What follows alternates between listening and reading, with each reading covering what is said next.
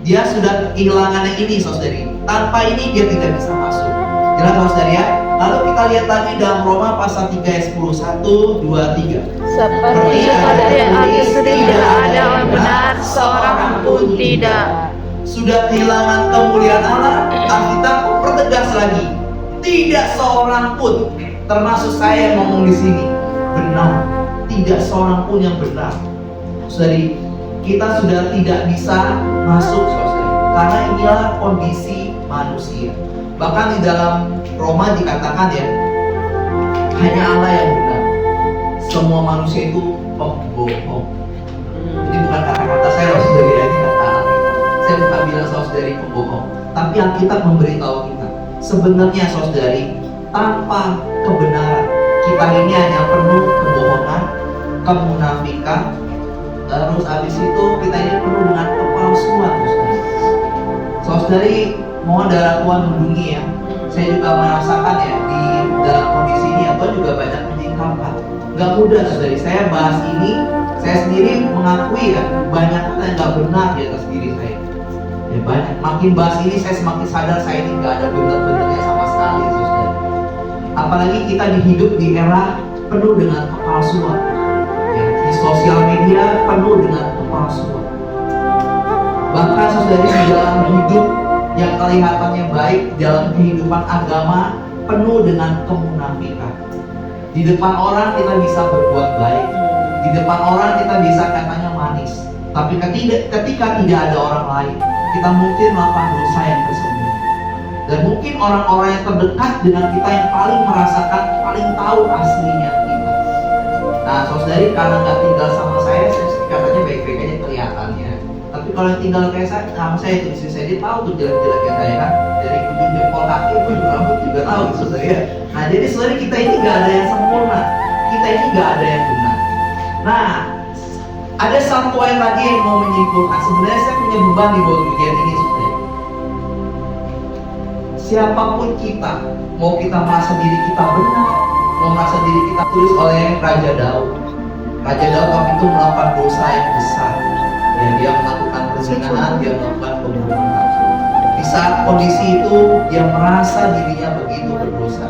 Lalu dia menuliskan Mazmur ini.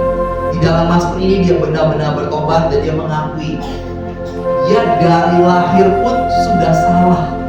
Dia dilahirkan dalam kesalahan. Apa artinya, saudara? Oke, saya akan berikan contoh ini. Beberapa tahun lalu saya ada kesempatan masuk ke dalam pelatihan sepenuh waktu. Nah, di dalam pelatihan sepenuh waktu itu, pelatihan itu mendidik kita jadi orang benar. Mendidik kita jadi orang benar.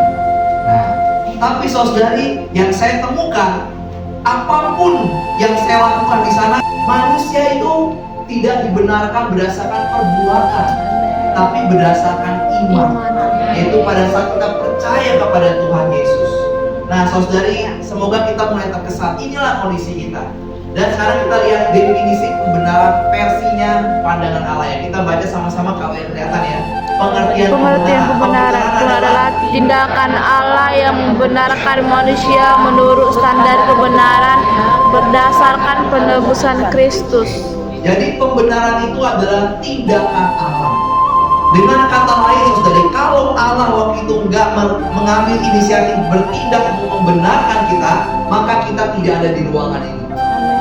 Selamanya kita akan terus hidup di dalam kesalahan, kemunafikan, kebohongan. Tapi saudari, puji Tuhan, Allah bertindak. Allah bertindak membenarkan manusia bukan menurut standar kebenaran manusia. Kenapa, saudari?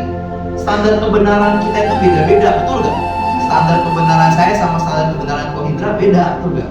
Ya mungkin ada orang bilang, ini contoh ya kan, standar kebenaran saya merah berarti berhenti. Mungkin ada orang lain yang mengatakan merah artinya berani.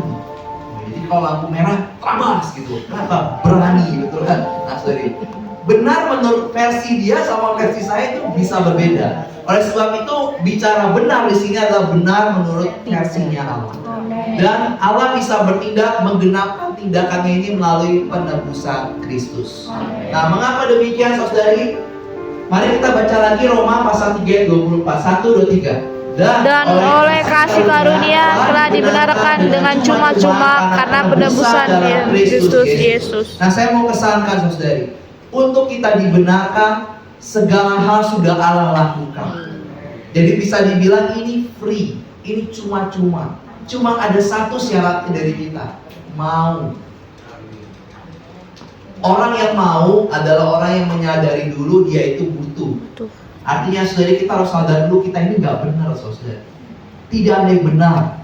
Mau kita mau amal ya kan, mau kita ini punya uang, kita persembahkan uang kita untuk seluruh dunia, tetap dipandang Allah nggak ada yang benar saudari. Dan hidup. Tidak ada seorang pun yang datang kepada Bapa kalau tidak melalui aku.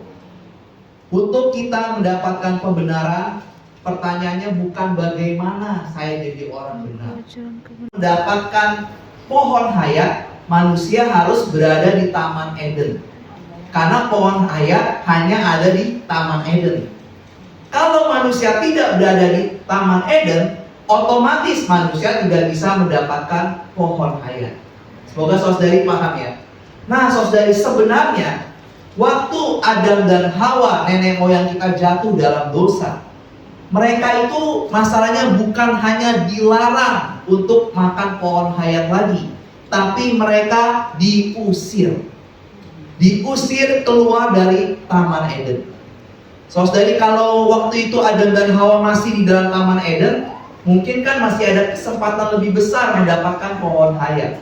Tetapi karena posisi Adam dan Hawa sudah keluar dari Taman Eden, maka akan sangat sulit dia berbagian dengan pohon hayat. Nah saudari, yang jadi masalahnya, kalau keluar, apa susahnya saya masuk lagi? Masalahnya saudari, di ayat 24, Allah itu bukan hanya mengusir, tapi membentengi Taman Eden, sehingga manusia itu gak bisa balik lagi ke Taman Eden. Nah, apa yang dibentengi saudari di sini ada 3 sebenarnya: keruh, api menyala, dan pedang.